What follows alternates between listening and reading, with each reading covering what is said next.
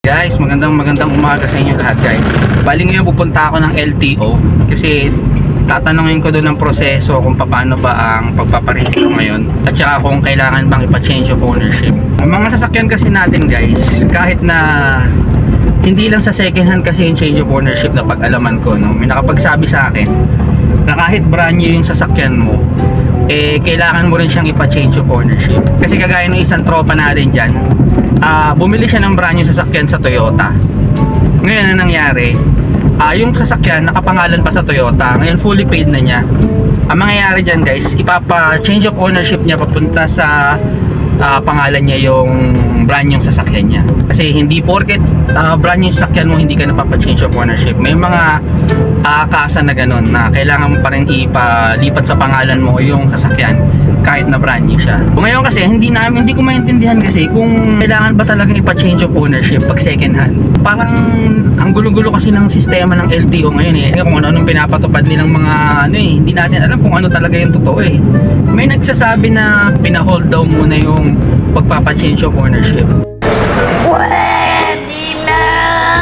Meron naman nakapagsabi na kailangan daw talaga ipa-change of ownership. So, ngayon para hindi tayo malito, pupunta tayo ng LTO, ipagtatanong-tanong natin yan kung talaga ba kailangan ng ipalipat sa pangalan mo pag pinarehistro yung sasakyan. Ngayon pupunta tayo ng Cainta guys, kasi dun sa Cainta medyo maluwag yung parking, malaki yung LTO, so dun tayo magpatanong kung kailangan pa bang ipa-change of ownership. Ngayon kung hindi pa naman kailangan, siguro hindi ko muna siya ipapa-change of ownership guys, ipaparehistro ko na lang muna kasi ngayong Agosto mapapaso na to. So samahan nyo ako guys, pupunta ako ng Cainta ngayon.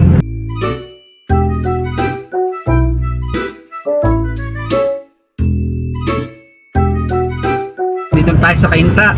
Medyo matraffic na ngayon ganitong oras, no? Kasi ang dami pang commercial kanina bago ako umalis Abutan ako ni tatay doon. Nagising na si tatay nung pag-alis ko.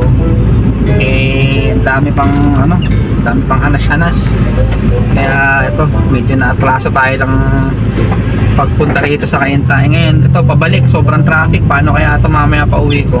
Iipit ako sa traffic nito. Dito na ako ngayon sa may Vista Verde. May nakaharap pang truck ng basura dito. Yan. All smooth na. Ngayon ang problema ko nito ngayon pabalik. Kasi grabe traffic doon sa kabila. Pag nandun na pala ako sa LTO, balitaan ko kayo kung anong mangyari. So yan guys, dito na tayo sa may LTO dito sa Cainta. Ayan. Ito kaluwag dito sa LTO sa Cainta guys. So, pagdating mo ng dulo, kakanan ka. Ito kasi parang badminton court ata ito So ito na yan guys. Pagliko dito, ayan na yung LTO. Ayan.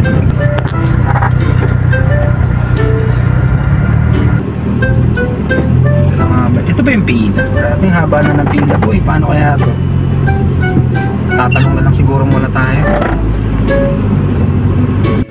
Ayan, tatanungin natin kung pila ba to. Dapat maaga talaga tayo Ang haba Ayan guys, ang haba. Ilang sasakyan to? Siguro mahigit 10. Ewan ko kung nakapila rin tong mga nasa kabilang side. Ayan Ang dami nakapila guys. Ayan si kuya Mamaya tanongin natin pangalan niya.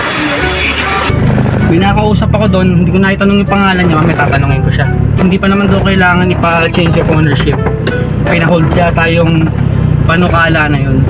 Siguro mamaya kukuhain ko yung number niya. Sakali, siya na rin magiging contact natin dito, di ba? Ayan, so tamang waiting muna tayo dito guys. A few moments later. And guys, so tayo na nakasala ngayon. Ayan tayo na susunod. Nakaabang na si Draco dito. Ayan na si Draco guys. Tayo na susunod. Ayan guys, so pakasalang na nga tayo ngayon dito sa Emission. Kung LTO pala na to, dito sa malapit to sa may Village East, dito sa may Cainta.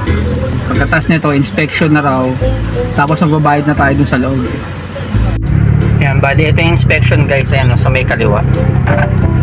Ayan, nakita nyo yung may tent na yan. So yan yung inspection natin. Diyan tayo papa-inspection guys.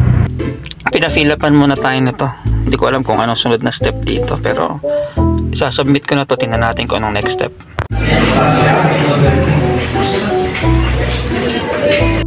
One eternity later. Ayan nga guys, so tapos na tayo magparehistro Anong oras na ba? So mag-aalas 11 na yata or alas 11 na. So dumating tayo dito kanina is 7:30 ng umaga. Ngayon is pasado 11 na. So parang 4 hours din ang pagpaparehistro natin. So ang mga nag-gastos natin guys sa pagpaparehistro is 600 sa emission. Tapos 1,200 sa insurance. Tapos nung pumila na ako doon sa loob ng LTO, bali 2,180 yung binayaran ko. So lahat-lahat guys, umabot din ng kulang-kulang 4,000 or 3,980. So hindi pa kasama yung change of ownership doon. Hindi ko alam kung magkano aabutin nun. Pero tsaka natin lalakarin guys, kasi sabi nung kausap ko doon si Kuya Laris, matagal na proseso daw talaga yung change of ownership. Kaya inuna na muna natin to kasi August 1 na ngayon mapapaso na yung rehistro ko.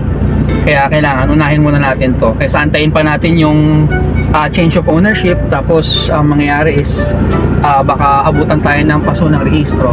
Mas mahirapan tayo. And guys, so pabalik na ako sa amin. Dadaanan ko pa si tatay sa ospital, nagpa-check up siya. So hanggang dito na lang, dito natin natapusin yung video guys. Salamat sa mga nanood at sa mga magpaparehistro dyan, at least may idea na kayo kung anong dapat nyong gawin pag magpaparehistro kayo. So hanggang dito na lang guys, dito natin natapusin yung video. Maraming salamat sa mga nanonood. This is Calvanatic signing out.